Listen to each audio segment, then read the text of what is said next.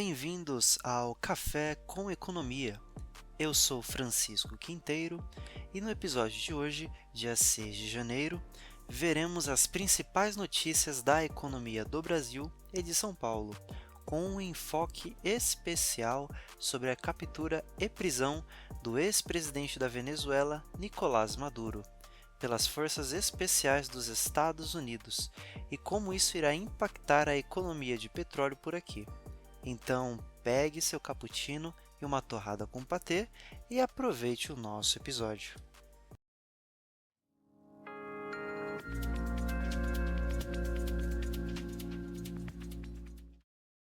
Vamos iniciar o episódio de hoje falando sobre a prisão de Nicolás Maduro, que ocorreu na madrugada desse sábado, dia 3, em Caracas, a capital da Venezuela.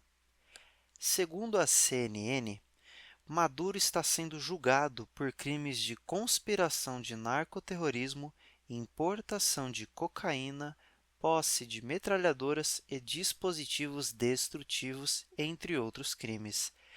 Ontem, dia 5 de janeiro, após 2 dias em território americano, o ex-presidente foi levado a julgamento pela Corte de Nova York, assim iniciando o julgamento dos crimes apontados pelos Estados Unidos.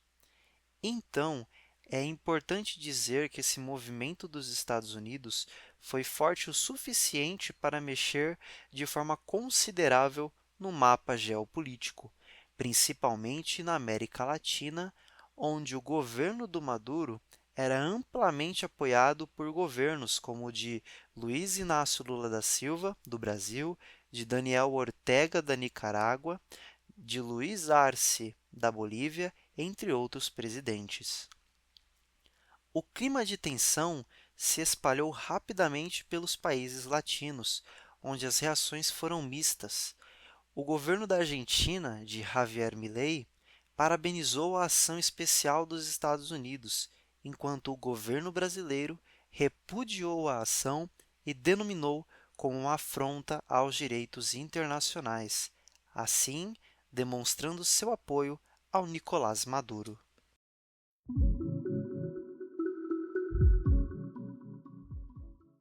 Com o cerco fechado em Caracas, os principais importadores de petróleo da Venezuela se veem numa posição arriscada e partem para o plano B, que é negociar o petróleo brasileiro.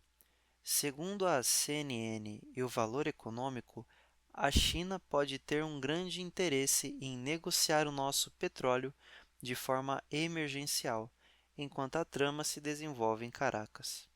Porém, é muito difícil afirmar que o Brasil irá substituir a Venezuela nas exportações para a China, pois o petróleo é diferente.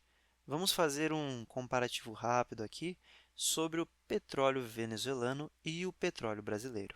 Primeiro ponto: a Venezuela possui petróleos pesados e extrapesados, que são extremamente densos e volumosos, sendo perfeito para o refinamento de óleo diesel, GLP e outros insumos pesados que são derivados do petróleo.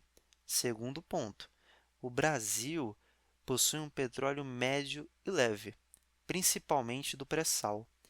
Então, é um óleo menos complexo para refinar, logo, não ia servir para as refinarias pesadas chinesas. E outro ponto é que o petróleo brasileiro é de altíssima qualidade, sendo muito disputado no mercado internacional. Então, isso seria bem vantajoso para a economia petrolífera nacional em termos de poder de negociação.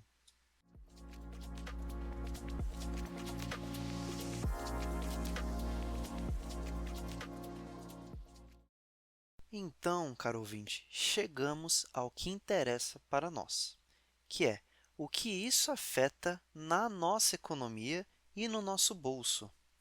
Bom, com a tensão em Caracas, o mercado financeiro nacional passa a ter um olhar atento e cauteloso acerca da commodity e a sua oferta no mercado internacional. De acordo com os veículos de imprensa, Isso significa uma pressão nos preços a curto prazo, com barris sendo cotados a preços mais altos que o normal.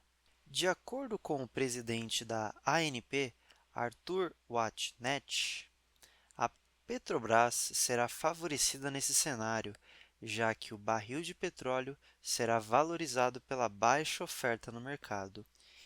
E em um cenário a longo prazo, de acordo com o diretor do Centro Brasileiro de Infraestrutura, Adriano Pires, se a promessa de Donald Trump se confirmar sobre o controle das petroleiras estadunidenses sobre a indústria petrolífera venezuelana, o Brasil pode ficar para trás nas negociações. E assim, a semana começou com o dólar em queda, cotado a R$ 5,40 no final do dia, e com as ações da Petrobras em queda de 1,66% na B3.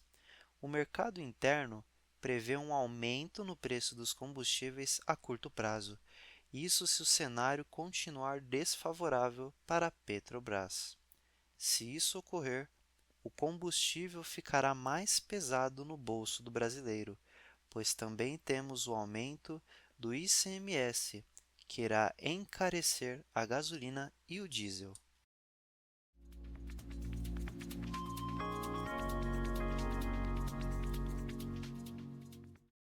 Agora, com enfoque nas notícias nacionais, vamos falar de São Paulo. A partir de hoje, as tarifas de ônibus e transporte sob trilhos aumentam na capital paulista. Os novos valores são de R$ 5,30 para quem utiliza ônibus e R$ 5,40 para quem utiliza o transporte sob trilhos. De acordo com a Prefeitura de São Paulo, o reajuste segue um valor abaixo do índice IPC-FIP, transporte coletivo, que foi de 6,5%. E de acordo com o governo estadual, o aumento real de 3,85% desse reajuste está abaixo da inflação de 4,46%, como foi apontado no IPCA. Além do reajuste nos transportes, o IPCA mostrou que o ano de 2026 será um ano difícil para o povo brasileiro. Após a desaceleração dos preços dos alimentos em 2025, os economistas preveem que o IPCA vai acelerar os preços novamente, causando um aumento mais expressivo nos valores. De acordo com a FGV, o preço dos alimentos aumentou em 57% no período entre 2020 e 2025. Com isso, é importante frisar que a análise anual se torna um fator melhor para estudar o aumento dos preços e como a inflação evolui entre os anos de um período, já que a análise mensal demonstra somente um dado instantâneo de um mês, e não o panorama geral da situação. Sendo assim, mesmo que nos últimos meses os preços diminuíram um pouco, é inegável que eles ainda estão muito altos em comparação ao período da pré-pandemia.